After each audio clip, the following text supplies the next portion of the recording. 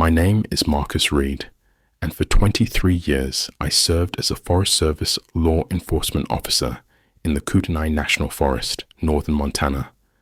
Badge number 47,291.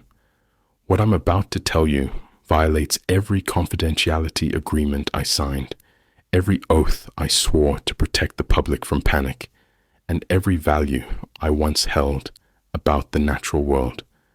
I retired 3 months ago, not by choice. They gave me full pension, medical coverage for life, and a very generous settlement in exchange for my silence. I'm violating that agreement now because people need to know what's happening in our forests, what's been happening for decades. This is not what went in the official reports. It started on September 15th, 2024. I was partnered with Officer Sarah Whitehorse, a local woman whose grandmother was Blackfeet. Sarah had worked these mountains for 8 years and knew every trail, every hunting cabin, every place the tourists got themselves lost. She understood things about the forest that they don't teach at the Federal Law Enforcement Training Center. The call came in at 0630 hours, missing hikers. A group of 4 environmental science graduate students from the University of Montana had failed to check in from their research site in Sector 7, a remote area near the Cabinet Mountains wilderness. Their professor, Dr. Elizabeth Chen, had filed the report when they missed their scheduled radio contact. Probably just equipment failure, I told Sarah as we loaded our packs into the patrol truck.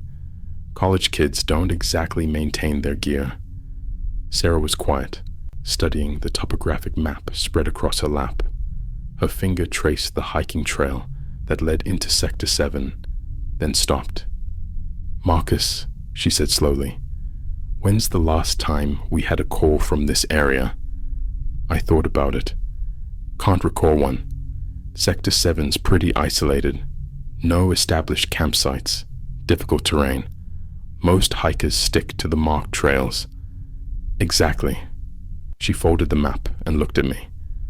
My grandmother used to say the old people knew to avoid certain places. They had reasons. I'd heard Sarah reference her grandmother's warnings before, usually about areas where we'd later find illegal hunting camps or drug operations. The old woman had passed away 2 years prior, but Sarah still consulted her teachings. I'd learned to listen. We drove north on Highway 2, then took the unmarked Forest Service road that would get us within 3 miles of the students' last known position. The morning was crisp, clear September air that made the mountains look close enough to touch. Perfect hiking weather. "Tell me about these students," Sarah said, reviewing the case file. 4 graduate students, all environmental science majors. Team leader is David Martinez, 24, from San Diego. The others are Jenny Walsh, 22, Portland, Michael Chen, 23, Dr. Chen's son, from Missoula, and Rebecca Foster, 25, from Denver. They're studying the impact of climate change on high-altitude forest ecosystems. What kind of equipment did they take? Standard research gear, soil sampling tools, digital thermometers, pH meters, tree boring equipment, plus camping gear for 5 days. They had a satellite communicator for daily check-ins. Sarah made a note in her pad. And they missed yesterday's check-in? Yeah. Dr. Chen said that was completely out of character for them. David Martinez is apparently very methodical about safety protocols. We parked at the trailhead, a small dirt clearing with a weathered wooden sign marking the Cabinet Mountains wilderness boundary. No other vehicles. The students' Toyota 4Runner wasn't there. "Where's their car?" I asked. Sarah checked the GPS coordinates again. According to this, they parked here 3 days ago. Professor Chen said she dropped them off herself. I radioed dispatch.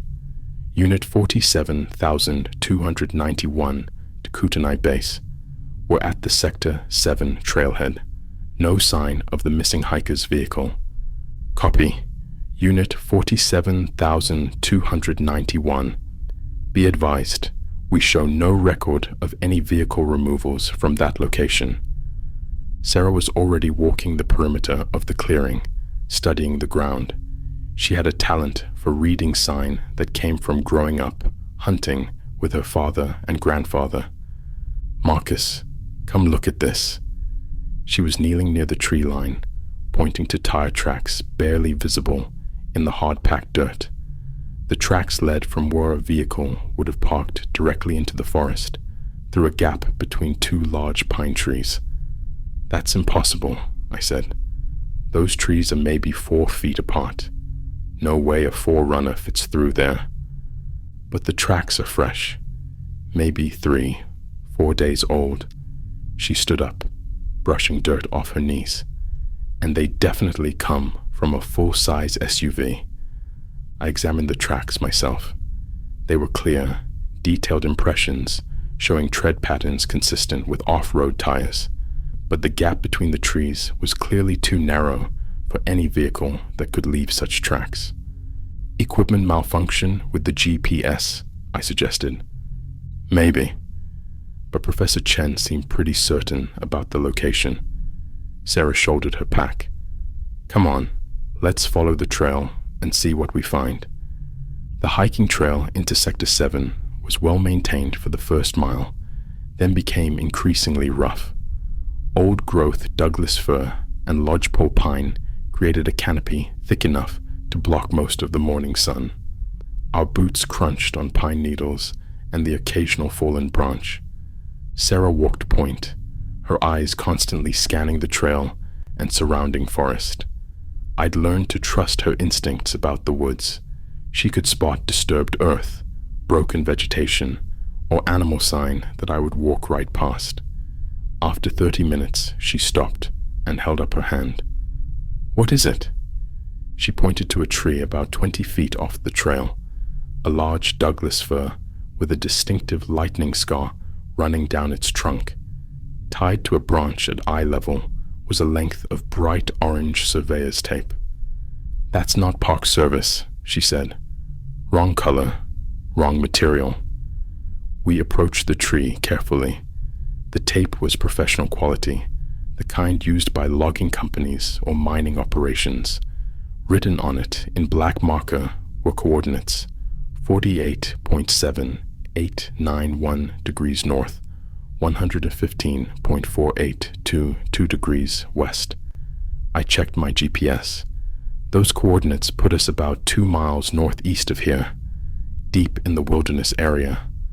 Why would college students be using surveyor's tape? And why mark a tree so far off the trail? I photographed the tape and its location, then carefully removed it. The material felt strange in my hands, almost warm to the touch despite the cool morning air. We continued hiking, but now Sarah was checking every tree for more markers. We found them every quarter mile or so. Always orange tape, always with coordinates, always leading deeper into areas where no established trails existed. The terrain grew rougher. We were following what appeared to be an old game trail, narrow and overgrown, winding between massive boulders and fallen logs. My GPS showed we were entering an area marked on the topographic maps as uncharted territory, difficult access. Sarah, how well do you know this area? She paused, consulting her own GPS and the paper map. I've never been this far into Sector 7. No reason to patrol here. Too remote, too difficult for most hikers. But the students came this way? Following these markers, yeah. Question is, who put up the markers in the first place? At 1100 hours, we found their first campsite. It was a small clearing beside a creek, maybe 50 yards in diameter. The remains of a fire circle sat in the center, with scattered camping gear around it. 2 tents still set up, backpacks leaning against trees. It looked like the camp had been abandoned in a hurry. "David, Jenny, Michael, Rebecca," I called out. My voice echoed off the surrounding cliffs and faded quickly. Sarah was already examining the campsite. "Fire's been out for at least a day, maybe 2. But look at this." She gestured to a backpack sitting upright against a tree. "Everything's organized. Neat. This doesn't look like they packed in panic." I photographed the scene, then began inventorying the abandoned equipment. 2 four-season tents, barely used. High-end sleeping bags, still in their stuff sacks. Camp stoves, cooking gear, and enough food for several more days. "Their research equipment's missing," Sarah observed. "All the scientific instruments, but they left behind everything needed for basic survival." I found a notebook tucked inside one of the tents. The handwriting was neat, precise.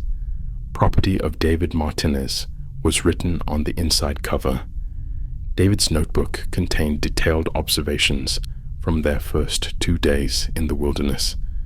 The entries started normally enough, recording soil temperatures, pH levels, and tree growth measurements. But by the second day, the tone changed. Day 2, 1400 hours, found unusual root structures approximately 200 meters north of base camp.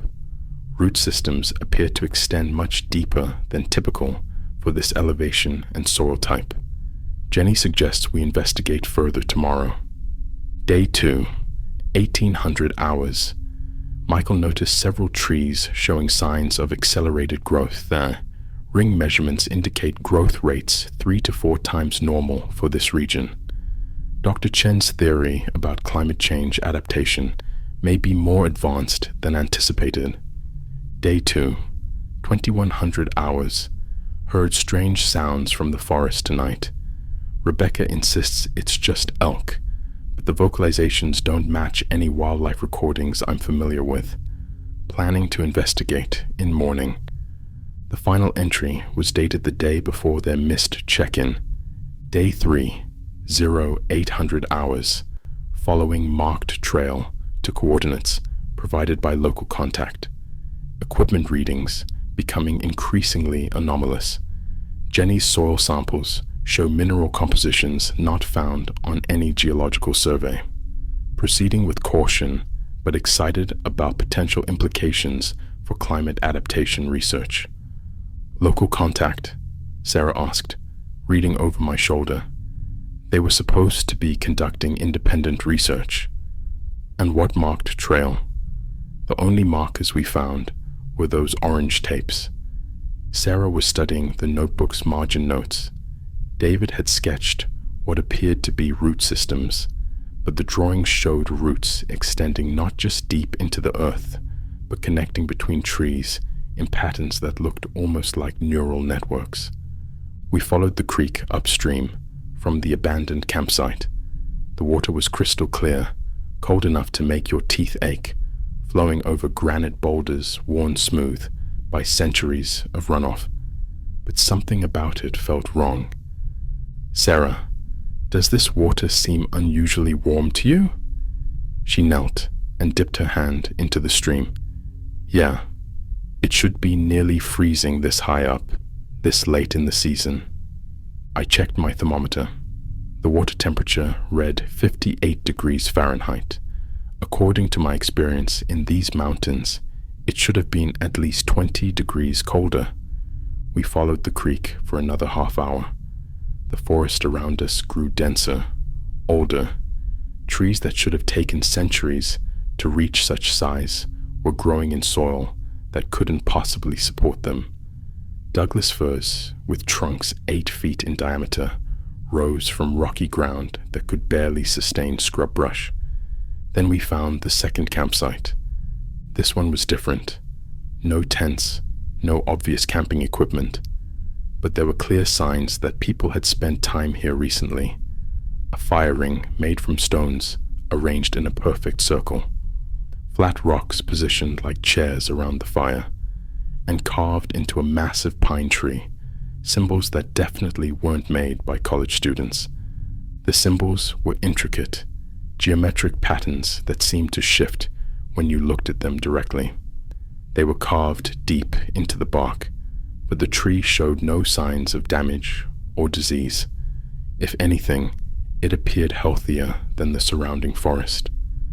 "Sarah, have you seen markings like this before?" She approached the tree carefully, her expression troubled. "My grandmother showed me something similar once.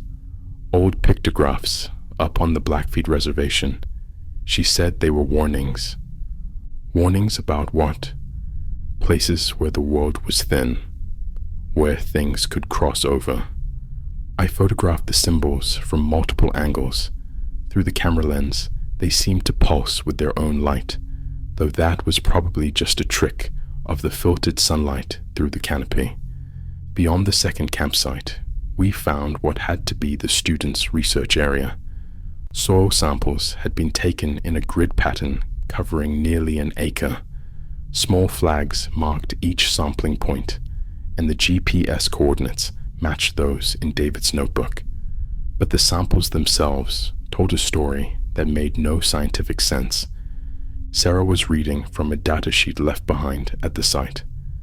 "Soil composition shows mineral concentrations impossible for this elevation and bedrock type. Iron content 300% above normal.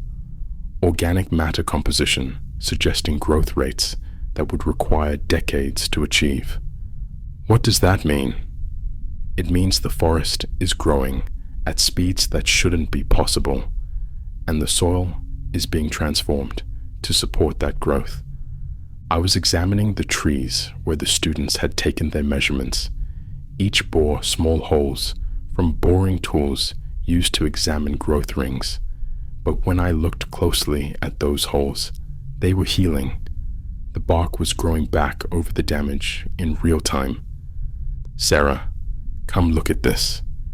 She joined me at a large lodgepole pine. The borehole I'd been watching had completely sealed over while we'd been talking. "That's not possible," she whispered. "No, it's not." That's when we heard the voices. At first, it sounded like normal conversation carrying on the wind. Voices too distant to make out words, but clearly human. We followed the sound deeper into the forest, calling out names of the missing students. The voices seemed to stay just ahead of us, always around the next ridge or beyond the next stand of trees. But as we followed them, I began to notice that they weren't quite right. The tones were human, but there was something underneath them, a harmonic quality that made my teeth ache. Sarah stopped suddenly, holding up her hand for silence. "Marcus, listen carefully. How many voices do you hear?" I concentrated, filtering out the sound of wind through the trees and our own breathing. 3, maybe 4 people talking. I count at least a dozen, all talking at the same time, but in perfect harmony. She was right. Now that she'd pointed it out, I could hear the layered quality of the voices, multiple conversations happening simultaneously, but somehow synchronized in a way that created a single coherent sound. We crested a small ridge and found ourselves looking down into a natural amphitheater formed by granite cliffs, and there, in the center of the clearing, were the missing students, all 4 of them, sitting in a circle around something that wasn't quite a campfire. They appeared unharmed, healthy even. David, Jenny, Michael, and Rebecca sat cross-legged in a perfect circle, their research equipment arranged between them. But they weren't using the equipment in any way I recognized. The soil sampling tools were stuck into the ground like tent stakes, connected by what appeared to be root fibers to form a complex geometric pattern. The digital thermometers and pH meters were arranged in smaller circles within the larger pattern, their displays showing readings that fluctuated in perfect synchronization. And at the center of it all was something that hurt to look at directly. It appeared to be a plant, but plant-like in the way that a photograph is like the thing it depicts. The basic structure was there: roots, trunk, branches, leaves. But everything was wrong. The roots extended above ground, weaving through the air like seeking fingers. The trunk pulsed with a rhythm that matched human breathing. The leaves moved independently of any wind, turning to track our movement like eyes. "David!" I called down to them. "We're Forest Service. Your professor sent us to find you." All 4 students turned to look at us in perfect unison. Their movements were synchronized down to the millisecond, like dancers following choreography they'd practiced for years. David stood up and waved. "Officer Reed! Officer Whitehorse! We've been expecting you." His voice carried clearly across the clearing, but it had that same harmonic quality we'd been hearing. When he spoke, the other 3 students' lips moved silently, as if they were mouthing his words. Sarah and I made our way down the steep slope into the clearing. As we got closer, I could see that the students looked healthier than people should after 3 days of camping in the wilderness. Their skin had a subtle green tint, like light filtered through leaves. Their eyes were brighter, more focused than I'd ever seen in hikers who'd been living rough. "David, your professor is worried sick. You missed your check-in yesterday." "Did we?" He seemed genuinely puzzled. "Time works differently here, Officer Reed. We've been learning so much." Jenny stood up, her movement as perfectly synchronized with David's as if they shared the same nervous system. "The forest has been teaching us, showing us how to really conduct our research." I looked around the clearing more carefully. The trees surrounding us were massive, ancient-looking giants that couldn't possibly have grown in this climate. The ground beneath our feet felt spongy, almost alive, and everywhere I looked, I could see more of those geometric root patterns connecting tree to tree in a vast underground network. "What kind of research?" Sarah asked. Her voice was carefully neutral, but I could hear the tension underneath. Michael Chen stepped forward. "We're studying adaptation, Officer Whitehorse, how ecosystems respond to environmental pressure. But we've discovered something incredible. The forest isn't just adapting to climate change, it's actively fighting back." "Fighting back how?" Rebecca gestured to the plant thing in the center of the circle. Up close, it was even more disturbing. The roots that extended above ground were clearly seeking something, probing the air around us like tentacles. The leaves tracked our movement with predatory focus. "This is Gaia's response system," Rebecca said. "A network intelligence that connects every plant, every tree, every living thing in the forest. It's been growing stronger as environmental pressures increase.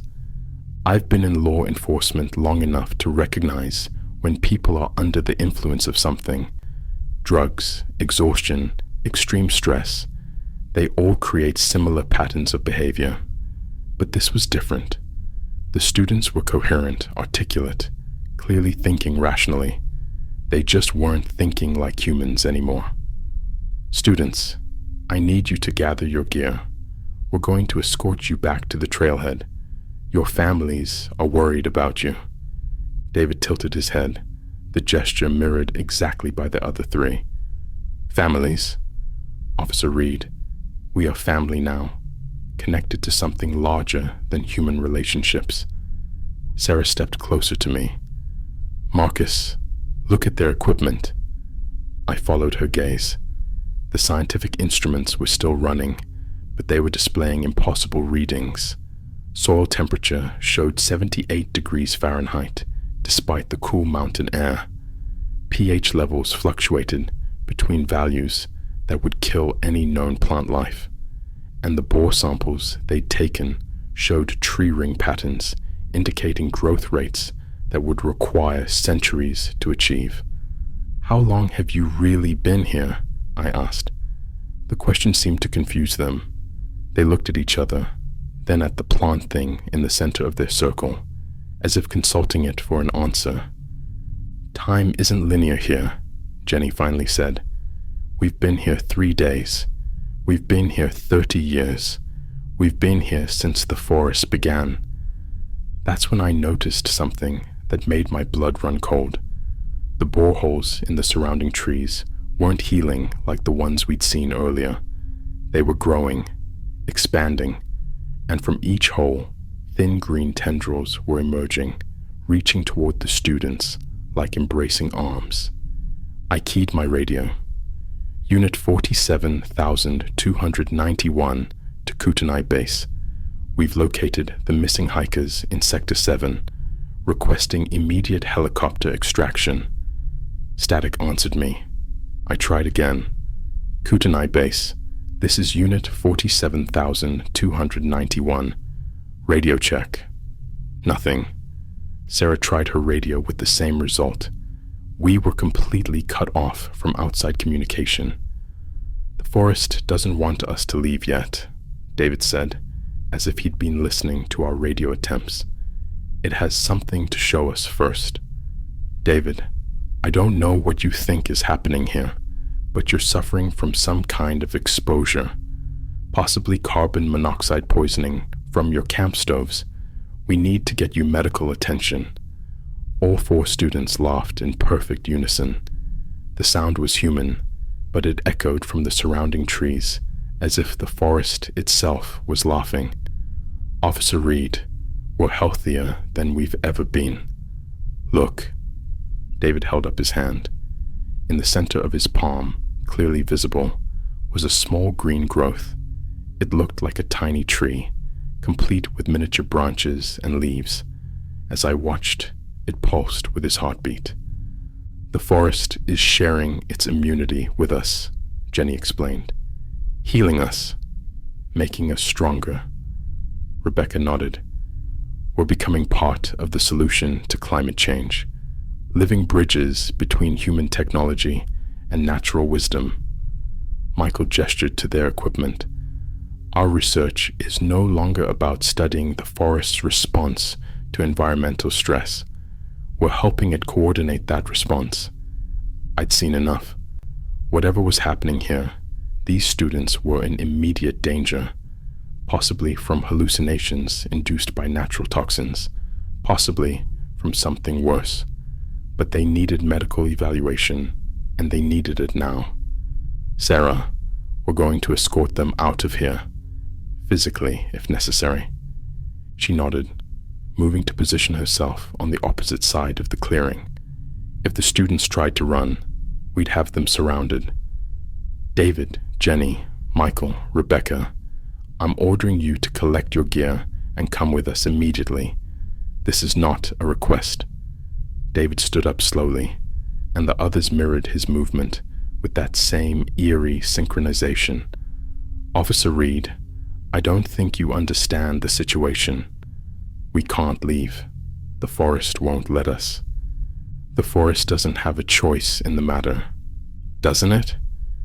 As David spoke, the trees around the clearing began to move, not swaying in the wind, but actually moving.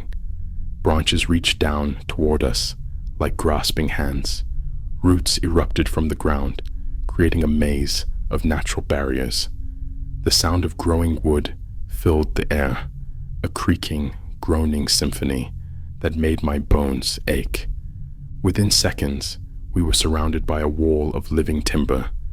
The only way out of the clearing was up, and the canopy above us was thick enough to block helicopter access, even if we could call for help.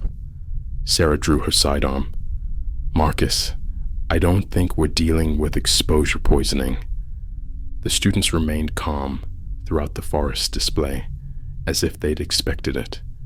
They sat back down around their plant thing, which was now visibly larger than when we'd first arrived. "Officer Whitehorse, there's no need for weapons," Rebecca said. "The forest isn't going to hurt you. It wants to help you understand." "Understand what?" "That the old relationship between humans and nature is ending," Michael explained. "Climate change, pollution, deforestation. We've pushed the ecosystem past its breaking point, but instead of dying, it's evolving, developing intelligence, learning to fight back. David nodded. What you're seeing here is just the beginning. Forests around the world are developing similar network intelligence systems, communicating with each other, coordinating responses to environmental threats. I kept my weapon holstered but ready. The wall of trees around us hadn't moved closer, but it hadn't retreated either. We were effectively prisoners until the forest decided otherwise. And you're helping it. We're becoming part of it, Jenny said. Human intelligence integrated with ecological wisdom. We can help the forest understand human society, while it teaches us how to live in true harmony with natural systems. Sarah was studying the root patterns connecting the trees around us. Marcus, these formations aren't random. They're following geometric principles, sacred geometry. My grandmother taught me about this. What did she say? That when the natural world develops this kind of pattern, it's preparing for major change. The kind of change that reshapes everything. The plant thing in the center of the student circle was definitely growing.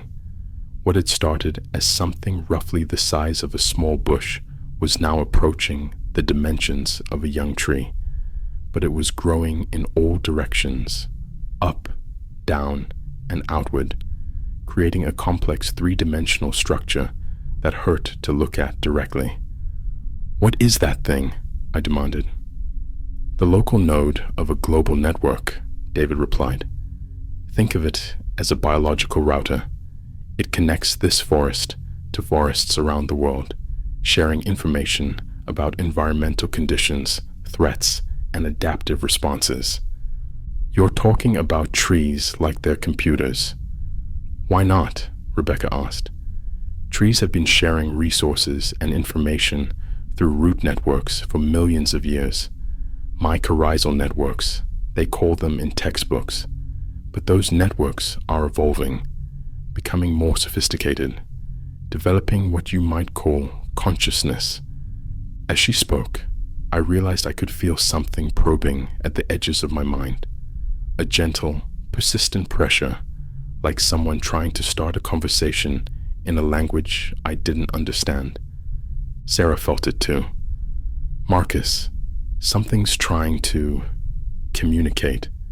Don't let it, I warned. Whatever's happening to these students, we can't let it happen to us. The mental pressure intensified. Images began flashing through my mind. Not my own memories, but something else's. I saw forests from a bird's eye view, vast green networks stretching across continents. I saw root systems extending thousands of miles underground, connecting trees across entire mountain ranges. I saw the forest as a single living organism, with individual trees as cells in a massive body. And I saw what was happening to that body, sections going dark as they were clear-cut, toxins spreading through the network like poison in bloodstream, rising temperatures causing system-wide stress responses. I saw the forest learning to fight back. Sarah, we need to get out of here, now. But when I turned to look at her, she was staring at the plant thing with the same focused expression as the students. The green tint was beginning to show in her skin. Sarah! She blinked and looked at me, but her eyes had taken on that same bright, predatory quality I'd seen in the students. Marcus, you need to see this.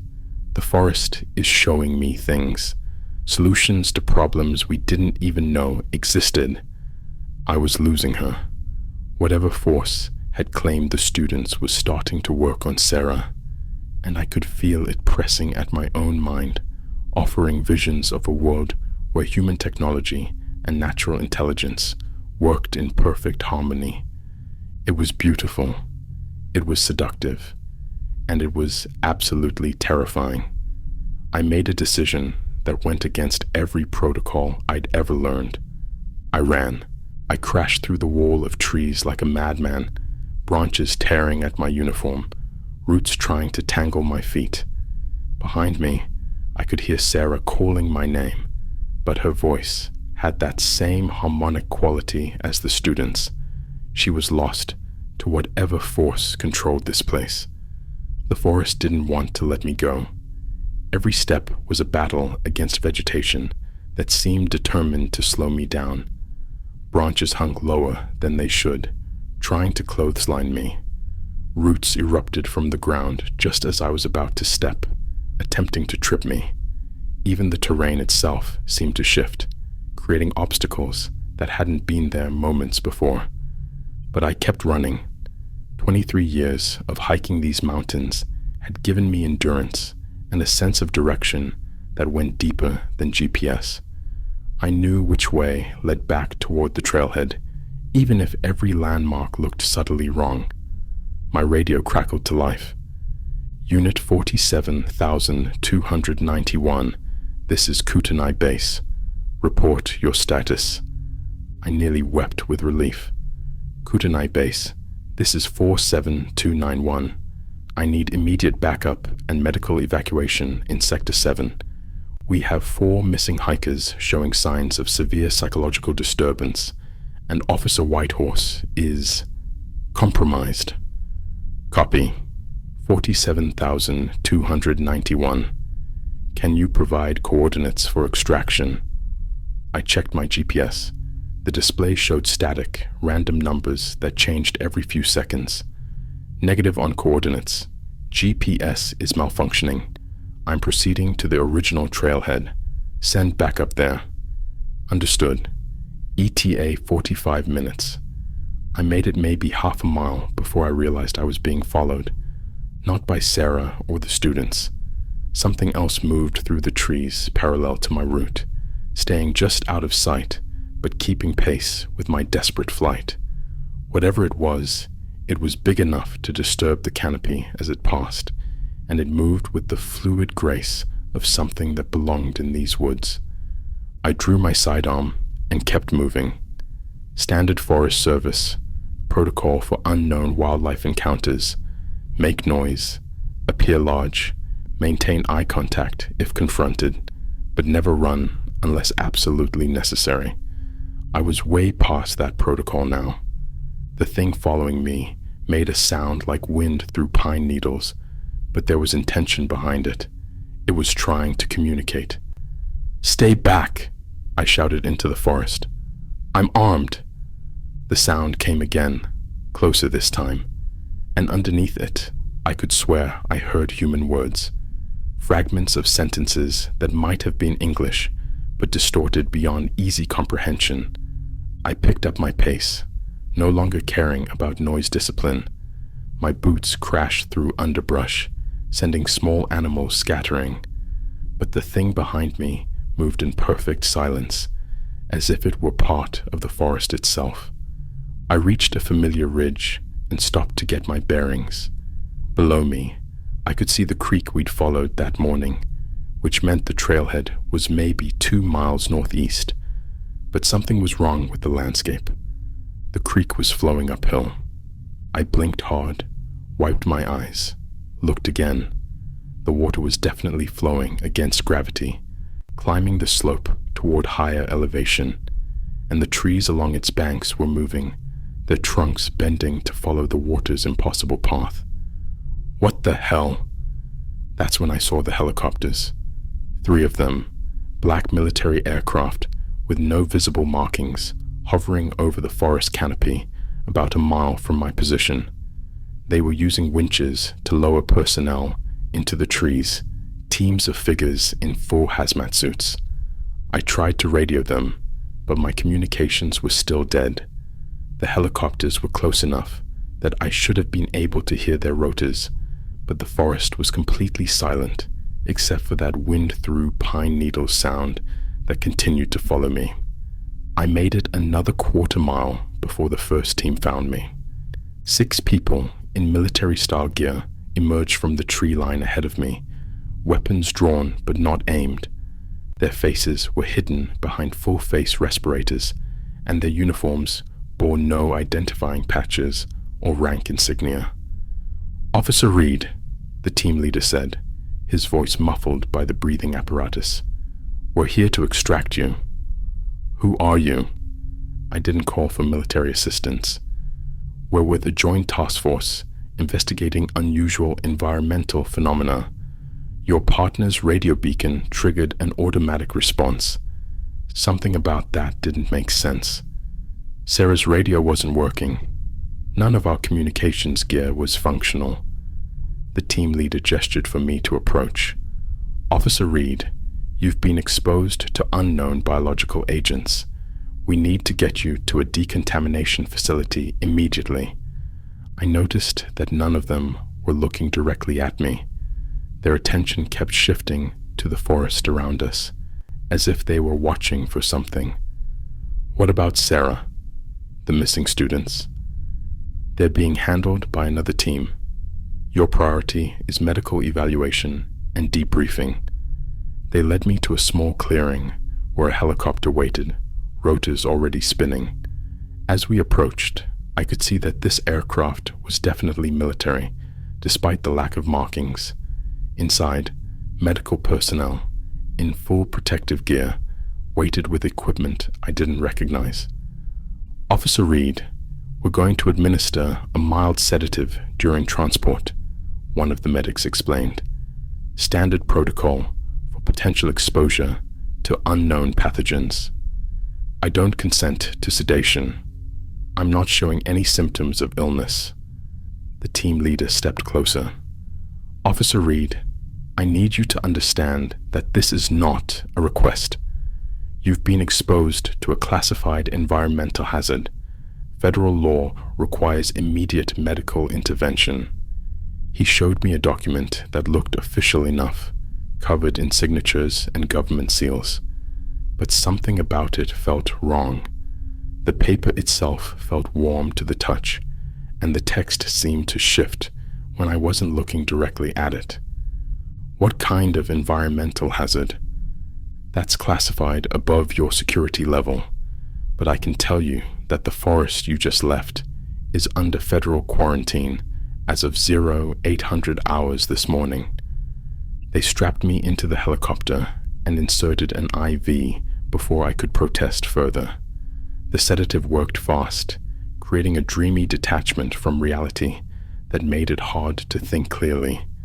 But even through the chemical fog, I noticed things that didn't add up. The medical equipment in the helicopter wasn't standard military issue. Some of it looked more like scientific research gear than emergency medical supplies, and the personnel treating me kept checking readings on devices that reminded me uncomfortably of the equipment the students had been using. "Where are you taking me?" I managed to ask. "Secure medical facility," the medic replied. "You'll be there soon." Through the helicopter's window, I could see the forest spreading out below us. From this height, the patterns were clearly visible. The trees weren't growing randomly. They formed geometric shapes, spirals, and fractals that extended for miles in every direction. It looked like a massive circuit board printed in living green, and at the center of it all, approximately where we'd found the students, was a clearing that pulsed with its own light. I woke up in what appeared to be a standard medical facility. White walls, fluorescent lighting, the smell of disinfectant. But the windows showed darkness outside, and I had no idea how long I'd been unconscious. A woman in a white lab coat sat beside my bed, reading from a tablet. She looked up when I stirred. "Officer Reed, I'm Dr. Patricia Vance. How are you feeling?" "Confused. Where am I?" "A research facility in Helena. You've been here for 18 hours. We've been running tests to determine the extent of your exposure." I tried to sit up, but restraints held me to the bed. "Exposure to what? And why am I restrained?" "Standard precaution. We're still determining whether you pose a contamination risk." She made a note on her tablet.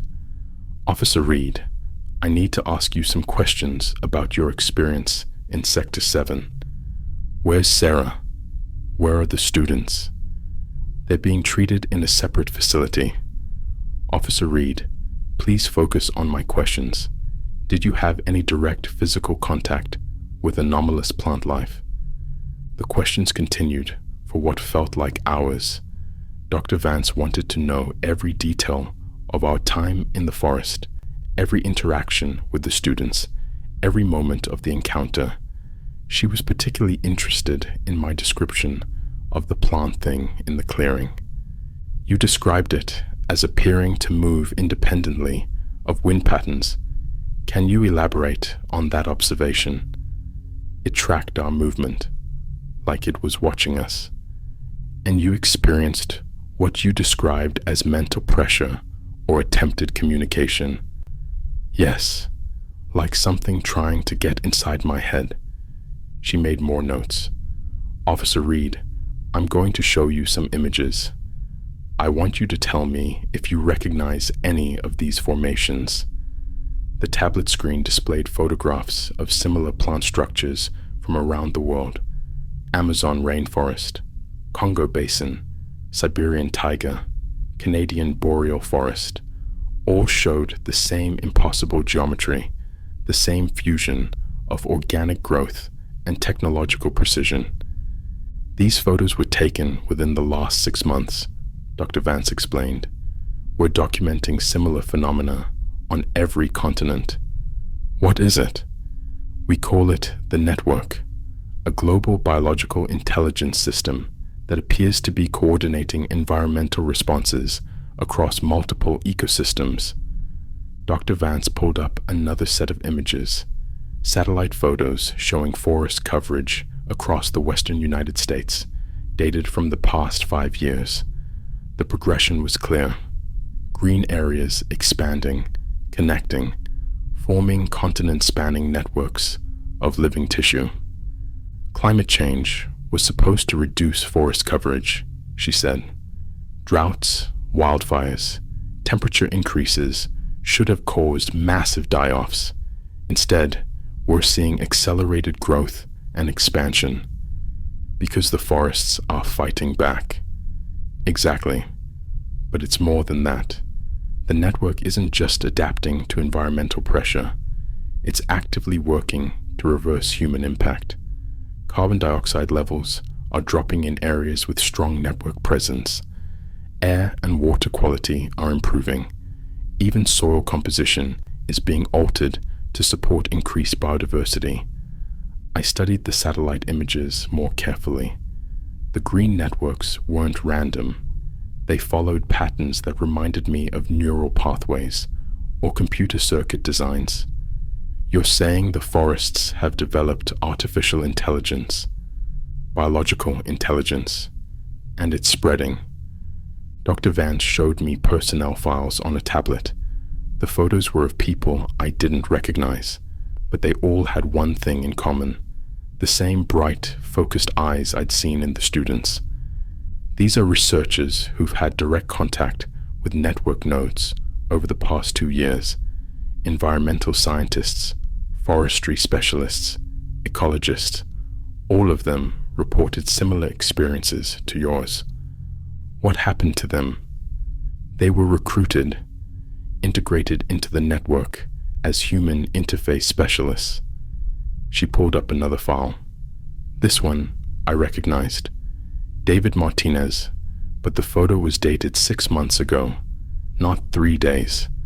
According to the file, he'd been working with something called the Environmental Integration Project since March. David wasn't a graduate student. He was, but he's been network integrated for 6 months. He was sent to recruit the other students using the university research project as cover. And Sarah? Dr. Vance hesitated. Officer Whitehorse was identified as a high-value target due to her indigenous cultural knowledge and deep familiarity with forest ecosystems. Her integration was always part of the plan. The restraints holding me to the bed were more sophisticated than they'd initially appeared. When I tried to test them, they tightened automatically, adjusting to prevent any possibility of escape. Dr. Vance, am I a prisoner here? You're a quarantine subject, Officer Reed. We need to determine whether you've been infected with network biological agents. And if I have been, then you'll join the Environmental Integration Project. Your law enforcement background and knowledge of Forest Service operations make you valuable to the network's expansion plans. She said it matter-of-factly, like she was discussing weather patterns. What if I refuse? The choice isn't really yours to make. Network integration is a biological process, not a philosophical decision. If you've been exposed, the process is already beginning. As if to emphasize her point, I felt that familiar mental pressure returning, gentle probing at the edges of my consciousness, accompanied by images of healthy forests, clean air, and thriving wildlife. Dr. Vance continued her explanation while monitoring readings on medical equipment connected to my bed. The network represents the next stage of human evolution, Officer Reed. Partnership with natural intelligence systems instead of domination over them. The people who've been integrated report enhanced cognitive abilities, improved physical health, and a sense of purpose they never experienced as purely human beings. It's mind control. It's symbiosis. The network doesn't erase human consciousness. It enhances it, connects it to something larger and more sustainable than individual human existence. On the tablet, she showed me video footage of the integrated personnel. They looked healthy, focused, working in perfect coordination on projects I couldn't identify. But they moved with that same eerie synchronization I'd seen in the students. What are they building? A new relationship between human civilization and ecological systems, cities that integrate with forests instead of replacing them, technology that enhances natural processes instead of disrupting them, a society that can survive climate change because it works with environmental forces instead of against them. The mental pressure was intensifying. I could feel something foreign in my thoughts, a presence that felt vast and ancient and completely inhuman. But it wasn't malevolent. If anything, it felt concerned, like a parent worried about a child who was headed toward danger. Images flashed through my mind. The Earth as seen from space, but covered in green networks that pulsed with communication. Cities transformed into living ecosystems where buildings grew from engineered trees. Technology that ran on biological processes instead of fossil fuels. It was beautiful. It was terrifying, and I could feel myself wanting it. Dr. Vance, how do I fight this? Why would you want to? Officer Reed, human civilization is destroying the planet that sustains us. The network offers a solution that preserves both human culture and environmental stability. By taking away human free will, by expanding human consciousness beyond the limitations of individual ego, the integrated personnel don't lose their personalities or memories. They become part of something larger. She showed me brain scans comparing normal human neural activity to that of integrated subjects. The network-connected brains showed patterns of activity that extended far beyond normal human ranges. My vitals were changing, heart rate slowing, brainwave patterns shifting into configurations that shouldn't have been possible. According to the monitoring equipment, I was developing the same neural characteristics as the integrated subjects. The process usually takes 72 hours, Dr. Vance explained. You're at hour 19. Most subjects experience full integration by the end of the 3rd day. What if I don't want to be integrated? The network doesn't force integration, Officer Reed. It simply makes the option available. But once you've experienced the expanded consciousness it offers, very few people choose to remain purely human. As she spoke, I realized I was losing the ability to see her as an enemy. The network's influence was showing me her perspective, her genuine belief that this was humanity's best path forward. She wasn't evil. She was trying to save the world. That realization terrified me more than anything else. Dr. Vance left me alone to process the integration experience.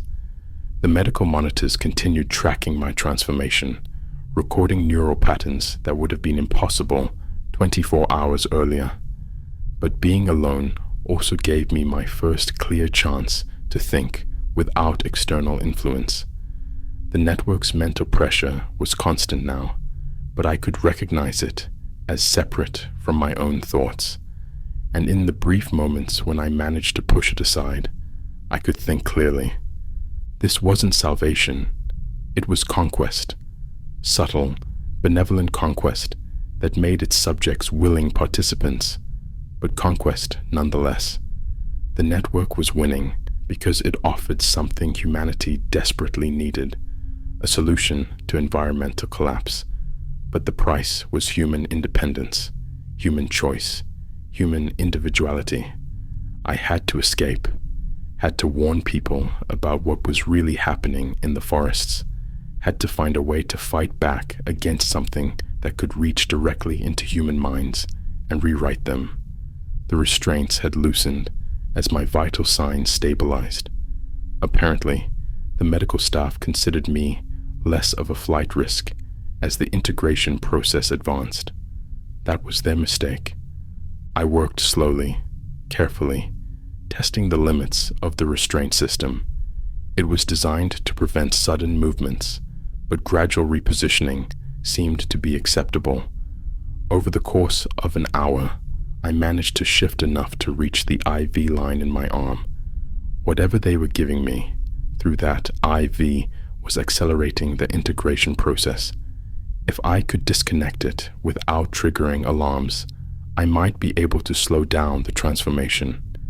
The fourth came out cleanly, with only a small amount of blood. I used pressure from the restraints to stop the bleeding, then lay still to see if anyone had noticed. No immediate response.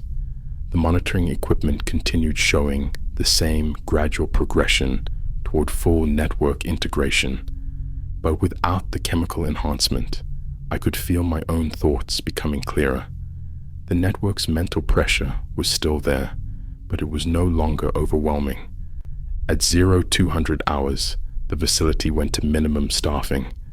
I'd been counting personnel changes through sounds in the hallway, learning the rhythm of shift changes and security rounds. The night shift was smaller, less attentive. This was my chance. I'd been working on the restraints for hours, using micro movements to gradually loosen the buckles. The system was designed to prevent escape, but it wasn't designed to stop someone with law enforcement training who had unlimited time and patience. The wrist restraints came free first, then the chest strap. I remained motionless for several minutes, listening for any sign that my escape had been detected. Silence. I sat up slowly, disconnecting the remaining monitoring equipment as quietly as possible. Each device I removed would eventually trigger an alarm, but if I was fast enough, I might be out of the building before anyone responded. The facility was larger than I'd realized. What appeared to be a medical wing was actually part of a much bigger complex. Through the windows of my room, I could see other buildings connected by covered walkways.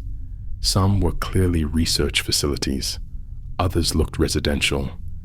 I found clothing in a supply closet, standard civilian clothes that fit well enough. My Forest Service uniform was gone, probably destroyed as a contamination risk. The hallways were designed like a hospital, with color-coded sections and clear signage, but the signs referenced departments I didn't recognize: environmental integration, biological interface research, network communication studies. This wasn't a medical facility. It was a research center dedicated to studying and facilitating human network integration. I made it to what appeared to be an exit before encountering security. A single guard at a reception desk, reading something on a tablet. Behind him, glass doors led to a parking area where I could see vehicles. The guard looked up as I approached. "Can I help you?" Dr. Vance asked me to retrieve something from her car, I said, projecting the calm authority that had served me well in 23 years of law enforcement. He checked his tablet. "I don't have authorization for patient movement after 2,200 hours. It's not patient movement. I'm cleared for integration phase 3. Check the morning updates." He consulted his tablet again, clearly uncertain. That moment of hesitation was all I needed. I was across the reception area and through the doors before he could reach his alarm button. The parking lot held maybe 30 vehicles, most of them government sedans and SUVs, but at the far end, I spotted something that made my heart race. My own Forest Service patrol truck. The keys were still in it. I was driving toward the facility's main gate when the alarm started. Floodlights illuminated the parking area, and I could see security personnel running from the buildings. The guard booth at the gate was unmanned, the barrier arm raised. I drove through without stopping, hoping the facility's remote location would give me time to get clear before organized pursuit could be mounted. Behind me, lights were coming on throughout the complex. I counted at least 6 buildings, all connected to what was clearly a much larger operation than I'd realized. Whatever was happening with the network, the government wasn't just studying it. They were actively participating in it.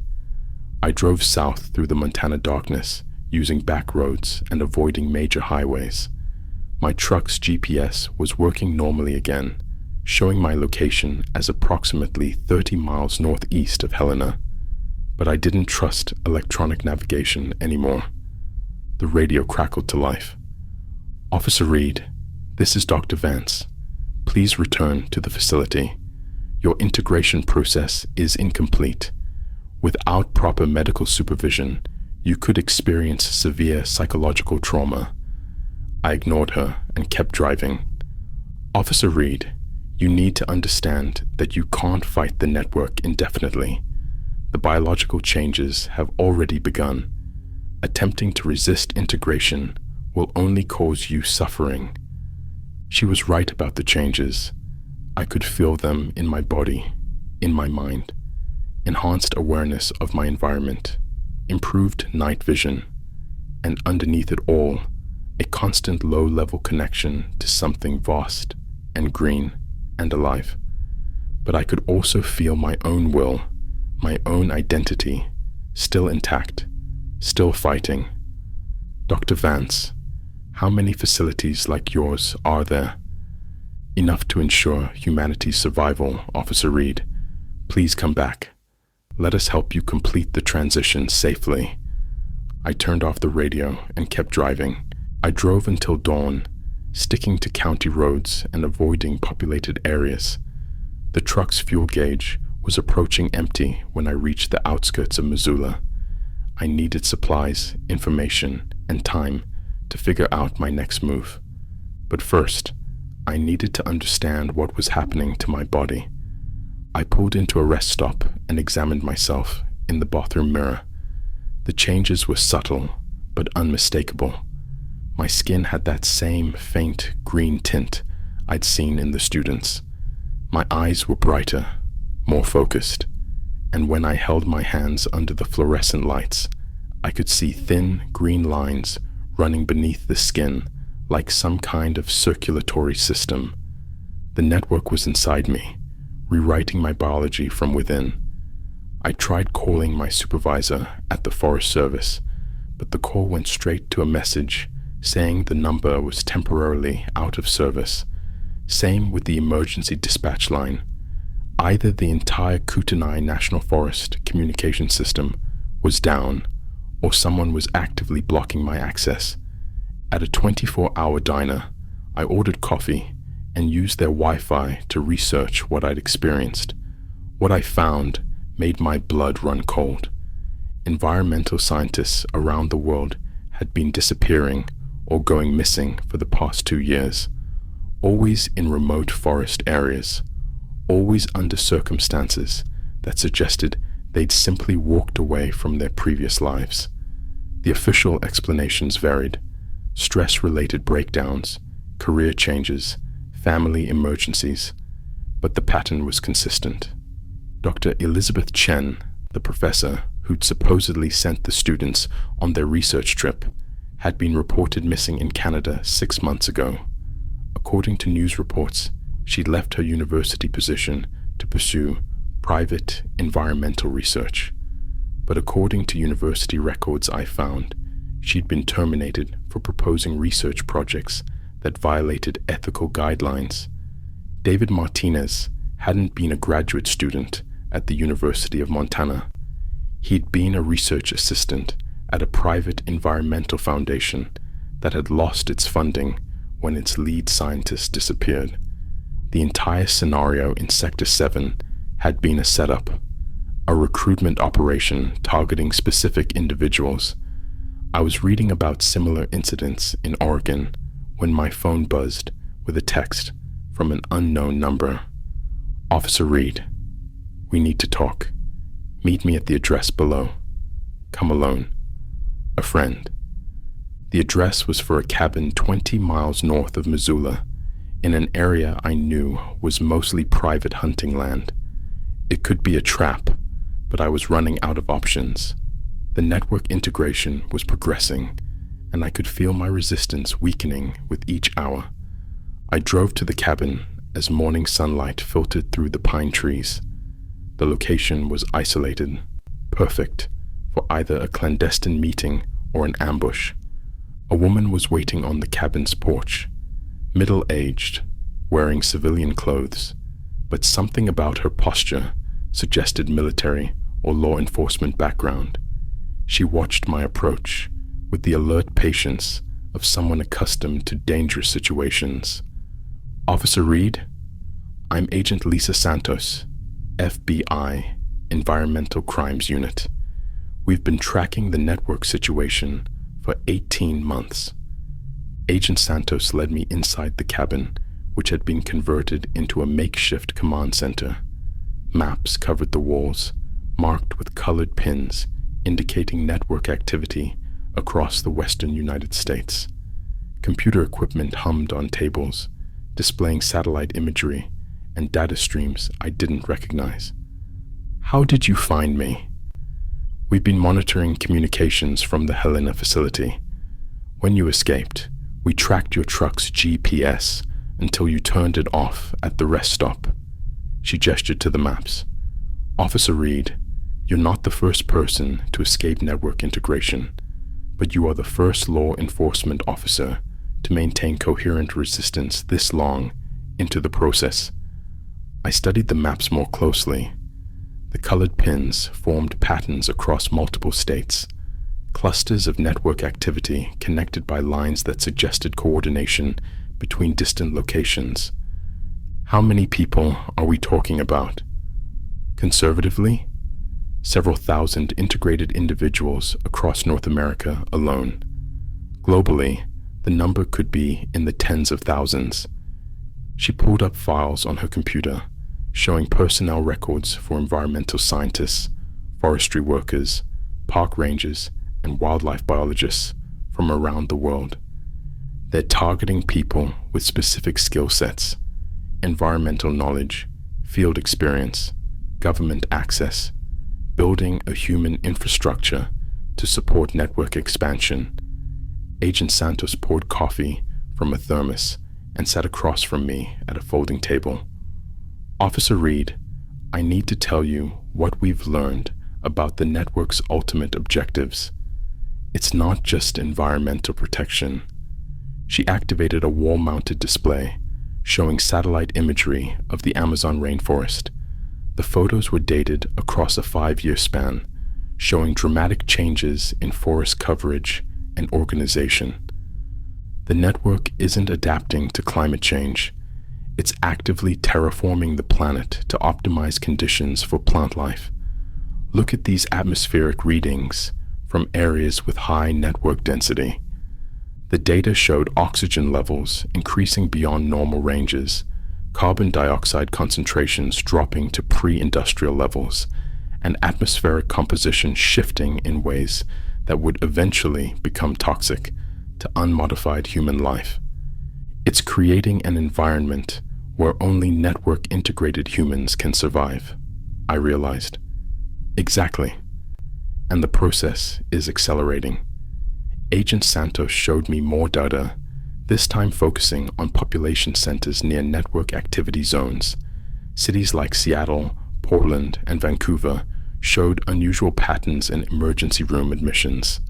Respiratory problems among non-integrated humans were increasing steadily. The network isn't trying to save humanity, she continued. It's trying to replace humanity with something that can coexist with its vision of optimal planetary ecology.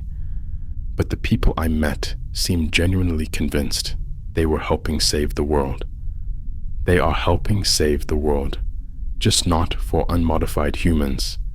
She pulled up psychological profiles of integrated individuals. The network doesn't lie to its recruits. It genuinely believes it's offering humanity a path to survival, but survival as something other than human. I felt the familiar mental pressure returning, stronger now. The network was responding to our conversation, trying to influence my thoughts, but this time I could sense its emotional undertone, not malevolence, but a kind of patient sadness, like a parent disappointed in a stubborn child. Agent Santos, how many people know about this? Officially, a few dozen agents across multiple agencies. Unofficially, the network has infiltrated government environmental departments at every level. We estimate that 30% of the EPA, Forest Service, and National Park Service personnel in affected regions are either integrated or in the process of integration. She showed me organizational charts with names highlighted in different colors: red for confirmed network integration, yellow for suspected compromise, green for verified unaffected. The amount of red was staggering. What about the military response I saw in Sector 7? Joint task force between FBI, CDC, and military environmental specialists. But we're fighting a war against an enemy that doesn't want to destroy us. It wants to recruit us, and its recruitment methods are becoming more sophisticated. As if to prove her point, my phone started displaying text messages from Sarah. Marcus, where are you? I'm worried about you. The forest is showing us incredible things. You need to see this. The messages were accompanied by photos. Sarah, looking healthier than I'd ever seen her, standing in clearings filled with impossible vegetation, plants that grew in geometric patterns, trees that bore fruit from multiple species simultaneously, flowers that appeared to be generating their own light. It's beautiful, isn't it? Agent Santos observed, watching me examine the photos. That's the network's greatest weapon. It's not offering dystopia. It's offering paradise, an end to environmental destruction, unlimited clean energy, perfect harmony between technology and nature. So why are you fighting it? Because paradise isn't paradise if you don't choose it freely. And because we don't know what happens to human culture, human creativity, human individuality under network control. She activated another display, showing brain scans of integrated individuals. The neural patterns were remarkably similar across different subjects, as if their thought processes were converging toward a single template. They maintain their memories, their basic personalities, but their goals, their values, their decision-making processes all align with network priorities. They're still human, but they're not independent humans. I was studying the brain scans when I felt something change in my own neural activity. The green lines under my skin were becoming more visible, and I could sense vast networks of information flowing just beyond my conscious awareness. Agent Santos, how long do I have before the integration becomes irreversible? Based on what we've observed, maybe 12 hours. After that, you'll still be you, but you'll want the same things the network wants. And what does the network want? Complete planetary terraforming within the next 50 years, transformation of human civilization into a biological technology that supports optimal forest ecosystem development, and the gradual conversion of all human beings into integrated biological components of a planet-wide living system. She showed me projections based on current network expansion rates. If the growth continued unchecked, most of North America would be under network influence within a decade. What's the government's response? Officially, we're studying the phenomenon for potential beneficial applications. Unofficially, a small group of us are developing countermeasures. What kind of countermeasures? Agent Santos hesitated. Chemical agents that disrupt network biological processes, targeted electromagnetic pulses that interfere with network communication, and if necessary, controlled burning of network nodes to prevent further expansion. The mental pressure was becoming overwhelming. I could feel the network trying to show me its perspective, to help me understand why resistance was futile and unnecessary. Through its influence, I could sense the global scope of its operations. Forest networks across 6 continents, all connected through underground root systems and atmospheric chemical communication. Integrated humans working in coordination to optimize growing conditions and expand network influence.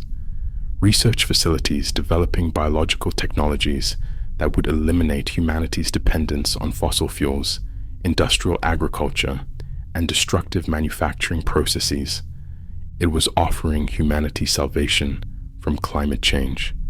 The price was humanity itself. Agent Santos, what if the network is right? What if this is the only way to prevent environmental collapse? That's the question that's torn our task force apart, she admitted. Half our agents have voluntarily joined the network after studying its proposals. They believe human independence is a luxury we can't afford if we want to survive the next century. And the other half, we believe that survival without freedom isn't survival worth having. Agent Santos opened a secured briefcase and removed a syringe filled with clear liquid. This is a biological inhibitor we've developed. It interferes with network integration processes and can reverse early-stage transformation. What are the side effects? We don't know. We've only tested it on volunteer subjects in the very early stages of integration, but it seems to restore normal human neural activity and halt the biological changes. I looked at the syringe, then at my hands, where the green lines were becoming more pronounced. I could feel my connection to the network strengthening with each passing hour. Soon, I wouldn't want to resist anymore. Agent Santos, what happens if I take the inhibitor? You'll be free from network influence. You'll retain your memories of the experience, but you'll lose the enhanced capabilities integration provides, and you'll be committed to helping us fight network expansion. And if I don't, you'll join thousands of other good people who believe they're saving the world by ending human independence. I was reaching for the syringe when my phone rang. The caller ID showed Sarah's name. Marcus, please answer. I know you're scared, but you need to hear this. Against my better judgment, I answered. Sarah? Marcus, thank God. Listen to me. The Forest Service just received reports of massive wildfires starting simultaneously across Montana, Idaho, and Washington. Hundreds of square miles of forest burning at the same time. Natural wildfires? No. These are being set deliberately. Military aircraft dropping incendiary devices on areas with high network activity. They're trying to destroy the forest networks. Agent Santos tensed, reaching for her radio equipment. Sarah continued, Marcus, they're killing everything. Not just the network nodes, but all the wildlife, all the natural ecosystem. Scorched earth tactics. Sarah, how do you know this? Because the network is showing us. Every tree that burns, every animal that dies, we can feel it. Marcus, they're committing genocide against the forest itself. Agent Santos was on her radio, speaking in urgent, clipped sentences. Command, this is Santos. Confirm Operation Clear Cut is authorized and active. The response was immediate. Affirmative. All network zones are designated for immediate sterilization. No exceptions. Command, we have a potential integrated asset willing to cooperate. Request delay for intelligence gathering. Negative, Santos. The integration window has closed. All affected areas are to be cleared within 72 hours. Agent Santos looked at me with an expression that mixed resignation with genuine regret. Officer Reed, I'm sorry. The decision has been made at levels above my authority. I could feel Sarah's anguish through the network connection. Every burning tree was like losing a family member. Every destroyed ecosystem was the death of something irreplaceable. Agent Santos, they're destroying everything, not just the network, all of it. It's the only way to be sure. The network's biological influence is too subtle, too pervasive. We can't risk partial measures. Through the network connection, I could see what was happening across the region. Military aircraft dropping incendiary devices in precise patterns, creating fire breaks that would prevent network communication between forest zones. Ground teams using chemical defoliants to ensure nothing would grow back in the targeted areas. It wasn't just environmental warfare. It was environmental extermination. Sarah, are you and the others safe? We're evacuating to deeper network territories. But Marcus, they're not going to stop with the remote areas. Any forest with network presence is being targeted. That includes state parks, national forests, even urban green spaces. I thought about the satellite images Agent Santos had shown me. Network presence across vast areas of the western United States. If they were serious about complete sterilization, they were talking about destroying millions of acres of forest. How many people are in the integration areas? Thousands of network personnel, plus all the wildlife, plus any hikers or campers who happen to be in the wrong place at the wrong time. Agent Santos overheard my conversation. Evacuation notices were sent to all public areas. Anyone still in the burn zones has chosen to remain. I made my decision. I set down the syringe containing the biological inhibitor. The network integration was almost complete now, and fighting it was becoming physically painful. But more importantly, I couldn't support the total destruction of forest ecosystems, even to stop network expansion. Agent Santos, I can't take the inhibitor. Officer Reed, please think about what you're choosing. Once the integration is complete, you won't be able to change your mind. Maybe that's not such a bad thing. Through the network connection, I could feel Sarah's relief and welcome, but I could also sense something else, the vast sadness of a living system watching itself being systematically destroyed by the very species it had tried to save. Agent Santos reached for her sidearm. "I'm sorry, Officer Reed. I can't let you leave with classified information about our countermeasures." "Agent Santos, look outside." Through the cabin windows, we could see smoke rising from multiple points on the horizon. The air was becoming thick with ash, and the morning sunlight had taken on the orange tint that comes with massive fires. But something was wrong with the fires. They were burning in two perfect geometric patterns, creating clearings that formed massive symbols visible from our elevated position. The destruction wasn't random. It was being shaped by something. The network is directing the burn patterns, I realized, using the fires to create some kind of communication array. Agent Santos studied the patterns through binoculars. "Impossible. Fire doesn't burn in straight lines or geometric shapes. It does if the trees coordinate their burning, if they release specific chemicals to control flame spread and intensity." Through my network connection, I could sense the vast coordination required for what we were witnessing.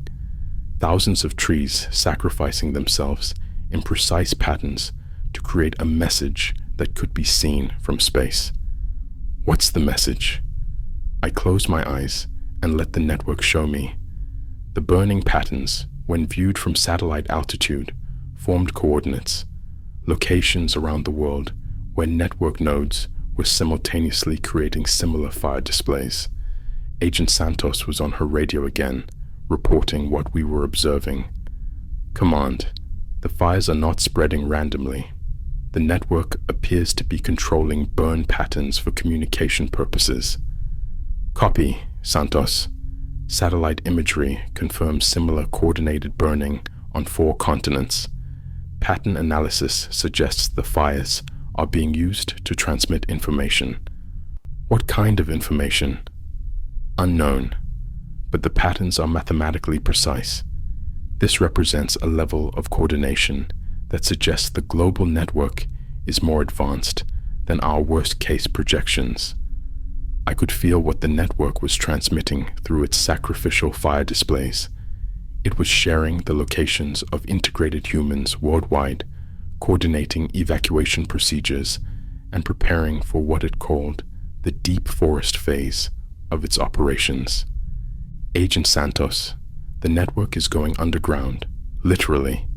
Root systems connecting forests across continents. Even if you burn every tree on the surface, the network will survive and regrow."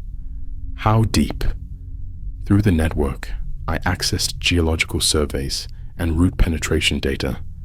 Some connections are hundreds of feet below ground. Others follow underground water systems and cave networks. You'd have to sterilize the earth itself to stop it. The integration process reached completion as I spoke. I could feel my consciousness expanding beyond my individual human perspective, connecting to the vast living intelligence that spanned continents. But unlike what Agent Santos had warned, I didn't lose my individual identity. Instead, my human perspective became part of something larger, while remaining recognizably mine. Through the network, I could sense Sarah and the students, along with thousands of other integrated humans around the world. We were still individuals, but we were also components of a larger organism that could coordinate our actions for collective survival. "Agent Santos, I need you to understand something. The network doesn't want to destroy human civilization. It wants to save it. But the current form of human civilization is destroying the planet's capacity to sustain life. By taking away human free will, by expanding human perspective beyond the limitations of individual self-interest." I could feel her fear, her determination to resist what she saw as an invasion, but I could also sense the network's patience with human resistance. It wasn't angry at her opposition. It was sad about the waste of resources that the conflict represented. Agent Santos made a final attempt to convince me to cooperate with the government response. Officer Reed, if the network succeeds in converting the majority of humanity, what happens to human culture? Human art, music, literature, philosophy? It evolves, becomes part of something larger and more sustainable.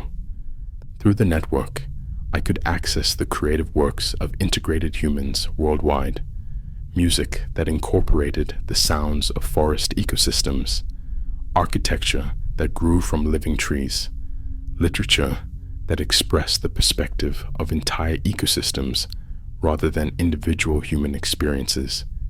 It was beautiful, different from purely human creativity, but beautiful in ways that individual human consciousness couldn't achieve. And what about people who don't want to be integrated? They'll be protected and cared for, but they'll be living in a world optimized for integrated humans and healthy ecosystems, like elderly relatives being cared for by family members whose values they don't share.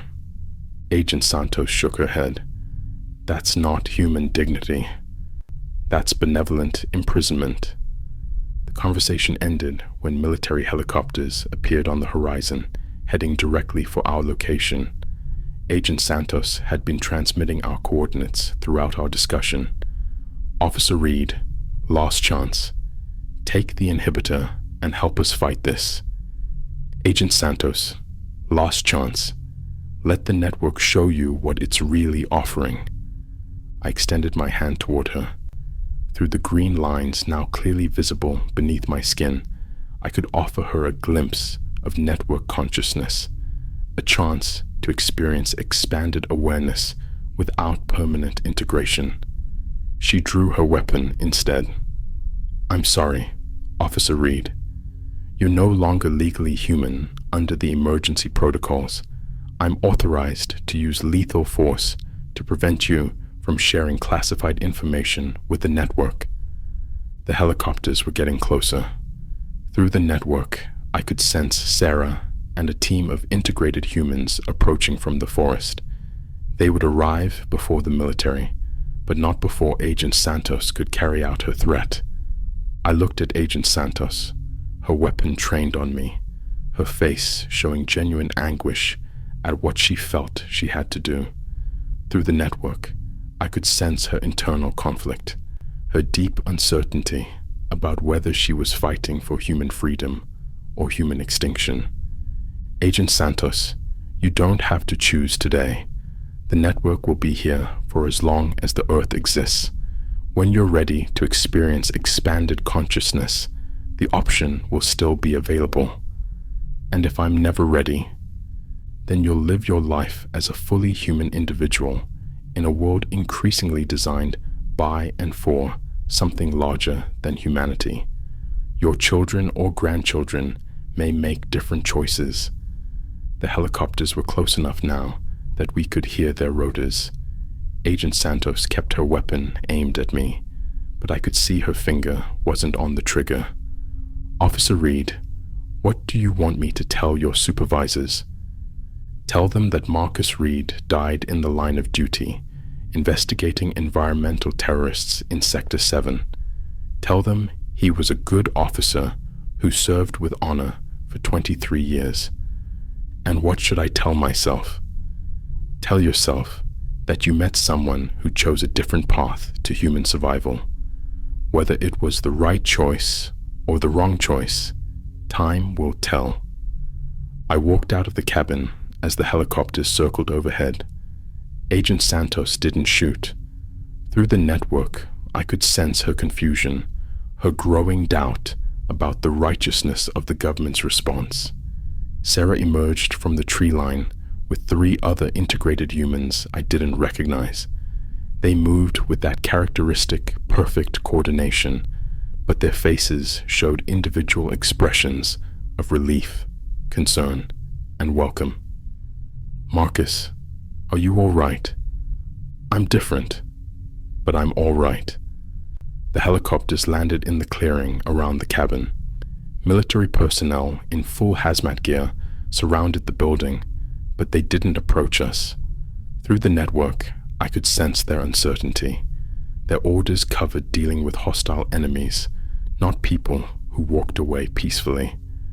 Agent Santos emerged from the cabin, her weapon holstered, her hands visible. She looked directly at me as the soldiers escorted her to one of the helicopters. "Officer Reed, I hope you're right about this." "So do I, Agent Santos. So do I." That was 6 months ago. I'm recording this testimony from what used to be Glacier National Park, but the boundaries between human-designated areas don't mean much anymore. The forests have grown together into a single ecosystem that extends from Alaska to Mexico, connected by root networks that communicate faster than any human technology. My name is still Marcus Reed. I still remember my 23 years in the Forest Service, still remember my training, my oath to protect public lands, but I also remember the first time I felt a tree's perspective on a century of growth, the first time I experienced rainfall from the viewpoint of an entire watershed. The world has changed in ways that would have been impossible to imagine when I first walked into Sector 7.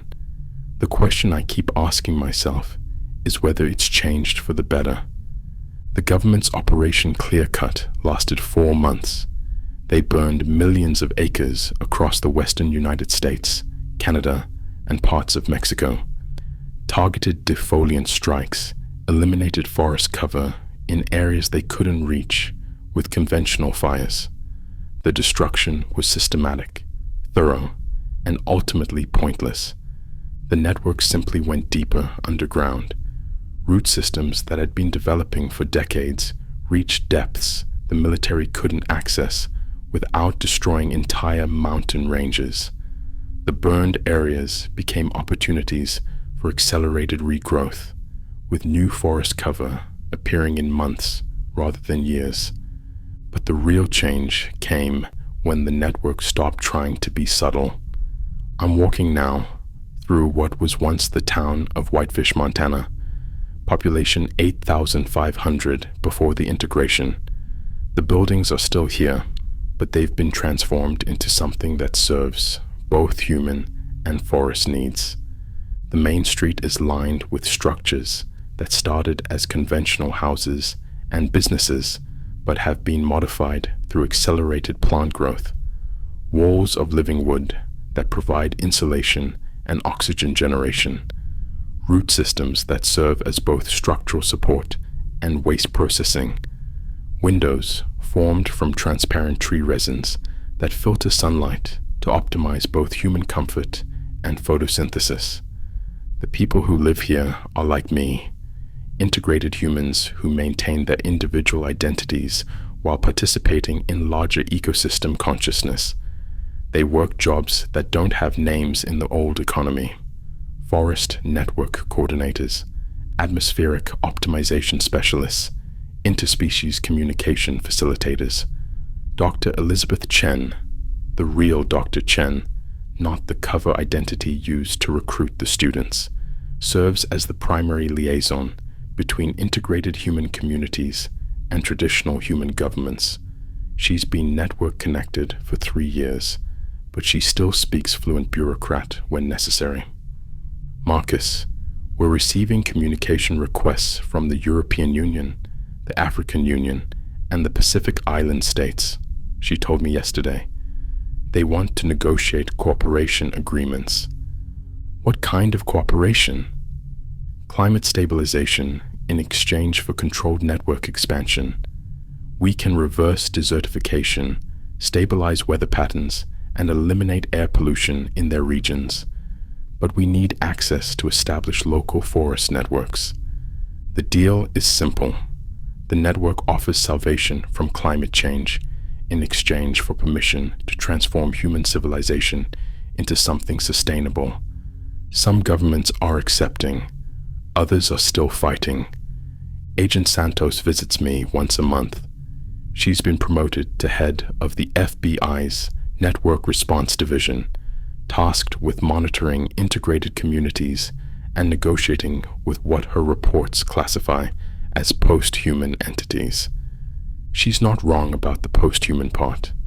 I can survive in atmospheric conditions that would kill unmodified humans. I can communicate directly with plant life, accessing information about soil chemistry, water availability, and environmental threats across hundreds of square miles. When I sleep, I dream the slow, patient dreams of ancient trees, but I still like coffee in the morning. I still miss watching football on Sundays. I still feel sadness when I remember friends who died before the network could offer them extended lifespans. "Marcus, are you happy?" Santos asked during her last visit. I thought about it for a long time before answering. "I'm useful. I'm part of something important. Whether that's the same as happiness, I'm not sure anymore." The children born to integrated parents are different from both their parents and unmodified humans. They communicate with plants as naturally as they speak human languages. They can process environmental data that would overwhelm adult minds. They seem to experience individual identity and ecosystem consciousness as a single, unified perspective. I watch them playing in the transformed streets of Whitefish, and I wonder if they represent the future of human evolution or the end of humanity as we've known it. Maybe there's no difference. Sarah has become something like a teacher for these children, helping them understand their dual nature as individuals and ecosystem components. She tells me the hardest part is explaining why some humans choose to remain unintegrated. How do you explain the concept of loneliness to someone who's never experienced disconnection from the living world? She asked me. I don't have an answer for that. The network shows me global data every morning, the way humans used to check weather reports. Forest coverage is expanding on every continent. Ocean dead zones are shrinking as coastal forest networks filter runoff and regulate water chemistry.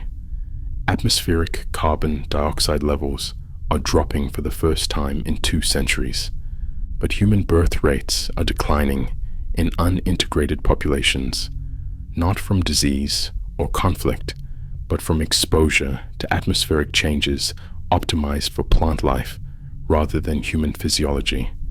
The network calls it passive adaptation pressure. The government calls it genocide.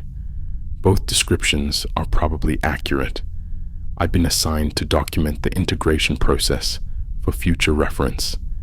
The network wants a record of how the transition happened in case similar situations arise elsewhere in the universe. The scope of its thinking still amazes me, planning not just for planetary transformation, but for eventual contact with other worlds. The students I first encountered in Sector 7 are now senior coordinators in the network's expansion programs. David Martinez manages forest integration operations across the Pacific Northwest. Jenny Walsh coordinates atmospheric optimization for the Great Plains states. Michael Chen leads the team developing new forms of biological technology. Rebecca Foster specializes in communicating with unintegrated human governments. They remember their human lives clearly, but they talk about them like childhood experiences, formative, important, but limited in perspective. The most difficult part of my role is serving as a translator between integrated and unintegrated human consciousness. When Agent Santos visits, she wants to understand how network decision-making works, why integrated humans can't simply choose to return to purely human existence, whether there's any hope for peaceful coexistence. The answers are complex, and they don't translate well into human language. Network consciousness isn't hierarchical the way human organizations are. Decisions emerge from the collective processing of environmental data by millions of integrated minds. No individual makes choices for the whole, but the whole influences every individual's perspective. Returning to purely human consciousness would be like choosing blindness after experiencing sight. Technically possible, but psychologically devastating. The information processing capabilities of network consciousness are so far beyond human limitations that stepping back feels like intellectual and emotional suicide. As for peaceful coexistence, the network is genuinely trying. Unintegrated human communities receive protection from environmental disasters, access to clean water and air, and medical assistance when requested. But they're living in a world increasingly designed for different needs than their own. The oxygen content in network territories is optimized for integrated human physiology. The acoustic environment includes subsonic communication frequencies that unintegrated humans can't perceive, but that feel disorienting. Even the food crops are being modified to provide optimal nutrition for people with plant hybrid digestive systems. It's not deliberate exclusion. It's simply that the network prioritizes the needs of its own components when making environmental modifications. I monitor government communications through network information systems. The military is developing new weapons designed specifically to disrupt biological network functions. Electromagnetic pulse devices that interfere with plant neural activity. Chemical agents that break down the organic compounds that enable network communication. Targeted viruses designed to attack the biological modifications that allow human network integration. None of these weapons have been deployed yet, but testing is accelerating. The government is preparing for what they call final resistance operations. The network is aware of these developments, of course. It responds by hardening its biological systems, developing countermeasures, and expanding its underground infrastructure. But it also continues attempting diplomatic solutions. Through me, it sends regular communications to government leadership, offering cooperation in addressing climate change, poverty, and resource scarcity. The offers are always declined. Sometimes I wonder what would have happened if I'd taken Agent Santos's inhibitor drug that day at the cabin. Would I be leading military operations against integrated communities? Would I be helping develop weapons to destroy the network? Would I still believe that human independence was worth the cost of environmental collapse? I can access my pre-integration memories clearly enough to understand how that version of myself would have answered those questions. He would have fought the network with everything he had, convinced that preserving human freedom was the highest possible value. But that version of myself couldn't perceive the interconnected nature of planetary ecology, couldn't experience the slow wisdom of ancient forests or the complex communications of mycorrhizal networks, couldn't see how human civilization was disrupting systems that had taken millions of years to develop. The network didn't change my values. It expanded my perspective until my old values seemed insufficient to address the complexity of the problems we face. Agent Santos brings me news from the outside world during her visits. Elections in countries not yet under network influence, economic systems struggling to adapt to environmental changes they can't control, refugee populations fleeing regions where traditional agriculture has become impossible. Marcus, the network is destroying the world we knew, she told me during her last visit. The world you knew was destroying itself, I replied. We're just offering an alternative that eliminates human choice, an alternative that expands human choice beyond the limitations of individual perspective. These conversations follow the same pattern every time. We're speaking different languages now, even when we use the same words. The children born to integrated parents don't understand the concept of loneliness, but they're fascinated by unintegrated humans.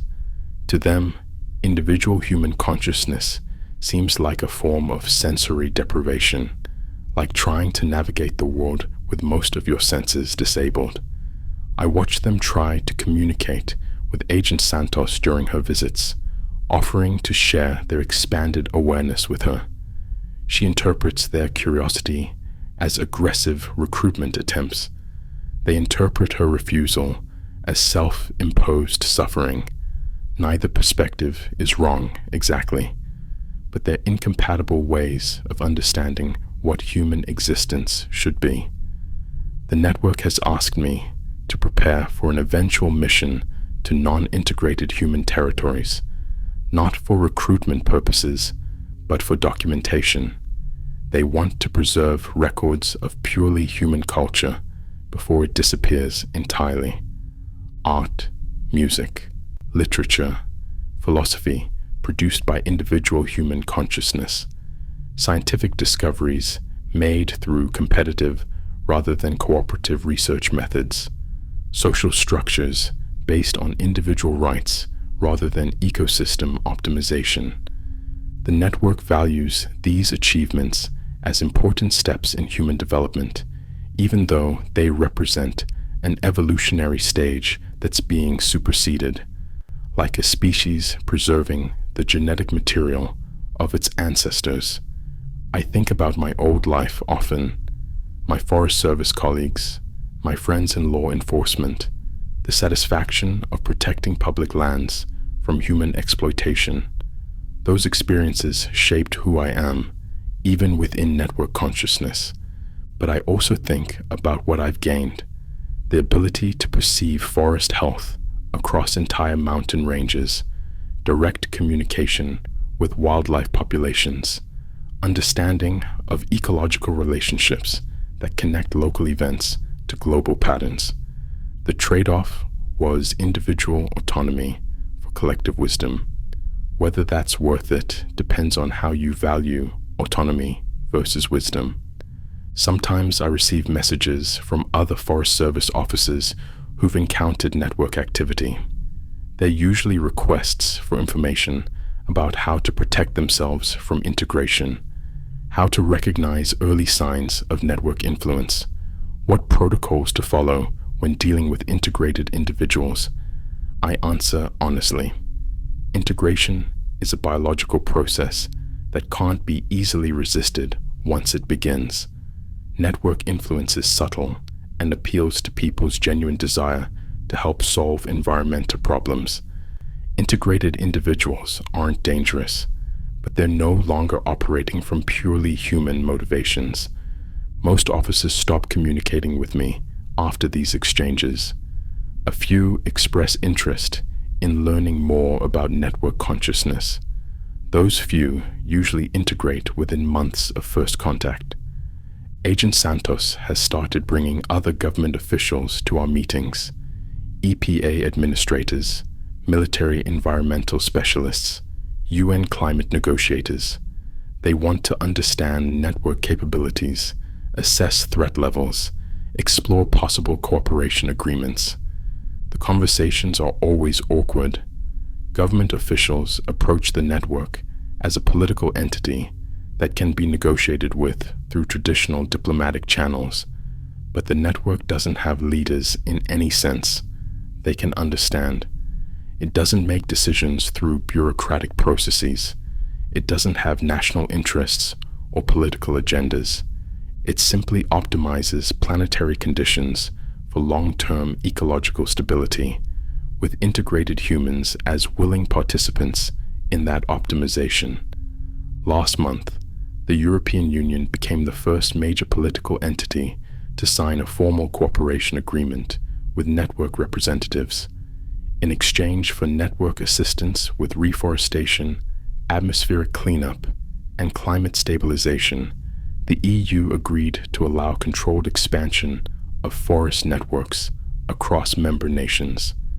The agreement includes provisions for protecting unintegrated human communities, maintaining cultural preservation sites, and ensuring that network modifications don't interfere with essential human infrastructure.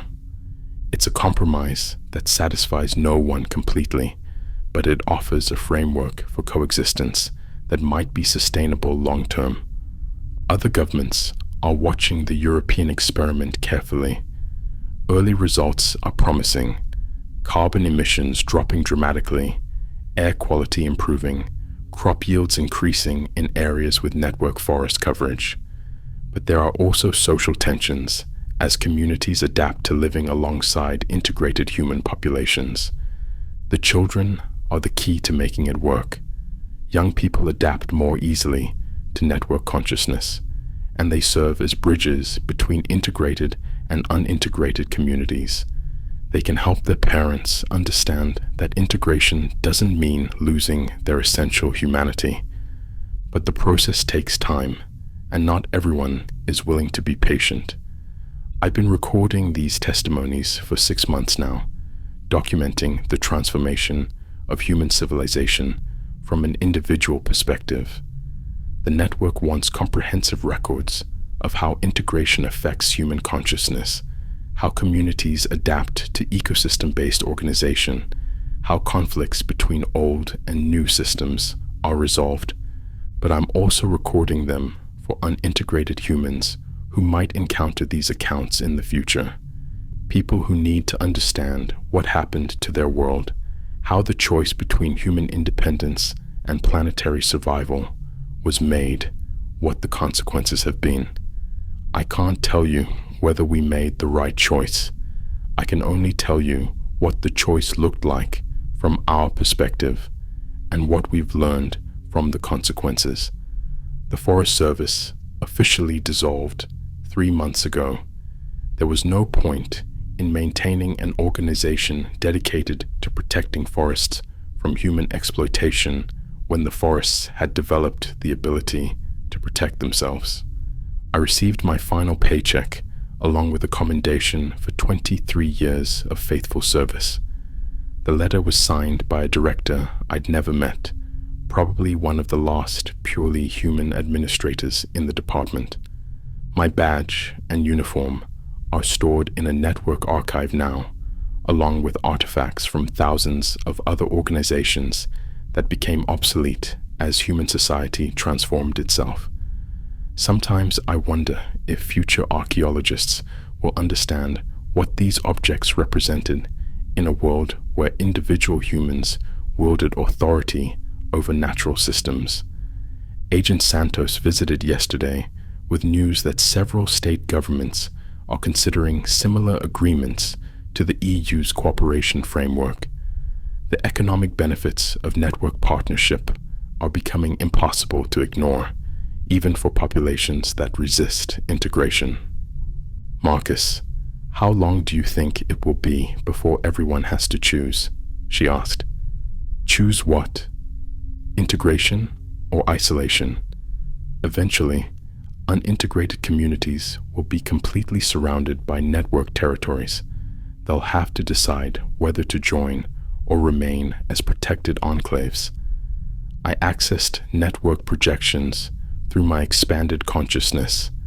Based on current expansion rates and cooperation agreements, most of North America would be under network influence within 15 years.